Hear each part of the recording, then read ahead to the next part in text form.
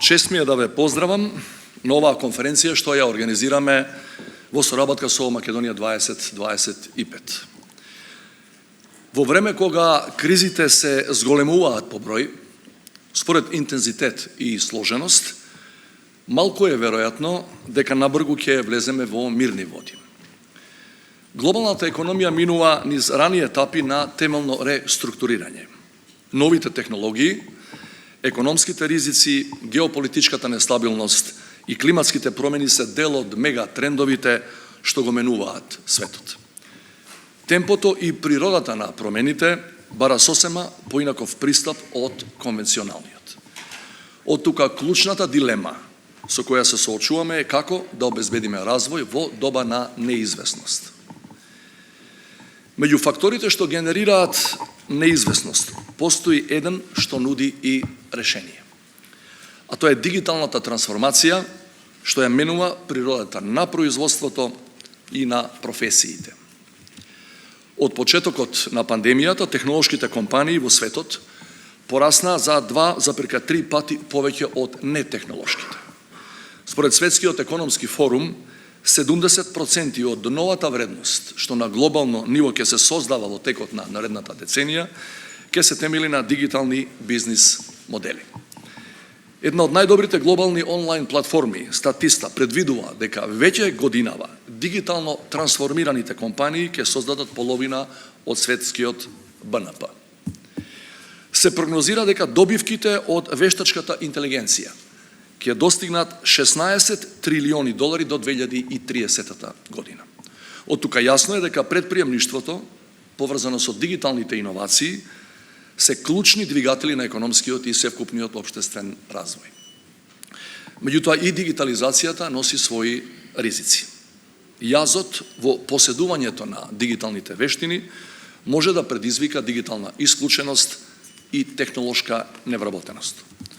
Доколку не вложуваат во иновациите, традиционалните индустрии можат да се најдат во расчекор со креативните сектори. Иновацијата ја претркува регулацијата и отвара простор за најразлични злоупотреби од дезинформации преку сајбер криминал па се до безбедносни сајбер закани.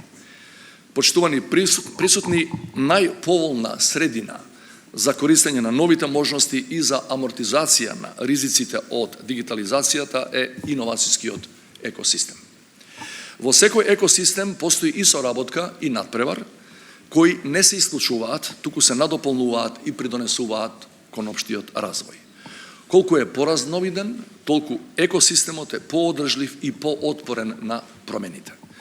Во иновацијскиот екосистем, секој член придонесува со своите силни страни, таленти, вештини, ресурси, идеи, предприемачки дух, институции, инфраструктура.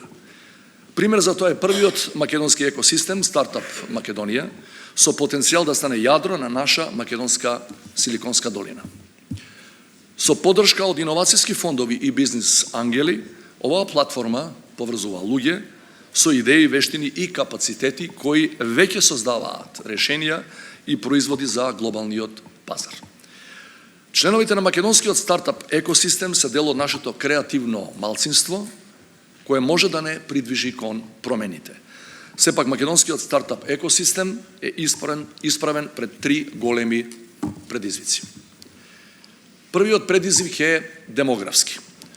Поради иселувањето на младата популација, ние веќе ги достигнавме демографските проекции на Обединетите нации за 2030 година. Имаме за 16% помалку младо население отколку што имавме во 2002, односно 28% помалку од 1991 година. Вториот предизвик е образовен. Недостатокот на високо квалификувана работна сила со дигитални вештини и релевантни способности е главна пречка за иновациите и во регионот на Западниот Балкан и кај нас. Хипотетички, ако веќе утре воведеме автоматизација во многу производни процеси, воопшто не се поставува прашањето дали ќе имаме доволно стручен кадар кој ќе може да управува со тие прашања, со тие процеси, затоа што одговорот е јасен. Без темелни промени во македонскиот образовен систем, ќе се соочиме со високо ниво на технолошка невработеност. Третиот предизвик е политички. повеќе децениската етнизација на политиката, партизација на институциите и поларизација во македонското општество го ставаат развојот на иновацијскиот екосистем во втор план. Не е случајно што во македонскиот медиумски простор традиционалните политички теми и дилеми редовно ги потиснуваат успешните приказни на нашите млади креативци.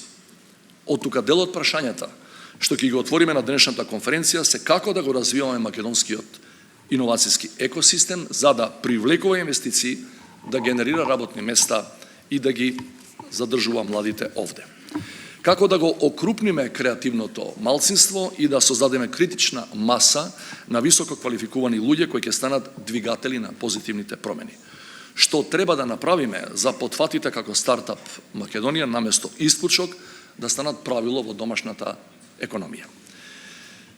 Почитувани, наместо да ја губиме енергијата со политички теми кои најчесто без потреба не преокупираат 24/7, сите политички чинители треба да изградат консензус околу создавањето на амбиент за иновации, затоа што тоа е витален национален интерес. Дел од решенијата ги вклучивме во рамката за развој МКД 2030 како заедничка платформа за долгорочен развој на Северна Македонија. Овој документ е производ на екосистем што во еден момент обедини над 60 организации и поединци од граѓанските здруженија, стопанските комори, академската заедница, медиумските и младинските организации. Развојните приоритети што ги идентификувавме се дигиталната трансформација преку промовирање на дигитална економија и образование, подигнување на дигиталната писменост, развој на македонскиот IT сектор и целосна дигитализација на сите јавни услуги. Потоа образованието, младите и инклузивниот развој. За да излеземе од надолната спирала на застарено образование, невработеност и сиромаштија, социјална исклученост и масовно иселување, потребни ни се добро осмислени реформи во чекор со времето. Овие приоритети треба да бидат вградени во деталната национална развојна програма и стратегија 2021-2041, што ја изработува владата на Република Северна Македонија. Почитувани присутни, прашањето што го поставив на почетокот беше како да обезбедиме развој во доба на неизвестност. Одговорот лежи во иновацијските и дигиталните екосистеми. Само така ќе станеме поотпорни на ризиците. Во тој стратешки потфат државата има или би требало да има тројна улога. Прво, да изгради современо образование прилагодено на светските трендови и на побарувачката на пазарот на трудот. Второ, да ја регулира рамката во која со јасни правила ќе функционираат тие екосистеми. Трето, да создава услови неопходни за екосистемите да генерираат профит за инвеститорите, но и долгорочна добробит за општеството, затоа што Македонија испоред уставот мора да е социјална држава. Во таа смисла ја имаме поддршката од Европската Унија, која ја донесе агендата за Западниот Балкан за иновација, истражување, образование, култура, млади и спорт. Европската агенда има за цел да ја помогне зелената транзиција и дигиталната трансформација на државите од регионот и нивно интегрирање во европскиот екосистем на иновации. Почитувани, крајно време е да дадеме одговор на прашањето дали ќе се развиваме или ќе продолжиме да живееме по инерција во која стагнираме. Никој во светот го нема луксузот да чека подобри времења, ние најмалку. Исто така никој од надвор нема да ги создаде тие подобри времења. Само ние сме одговорни за сопствената судбина и иднина. И благодарам.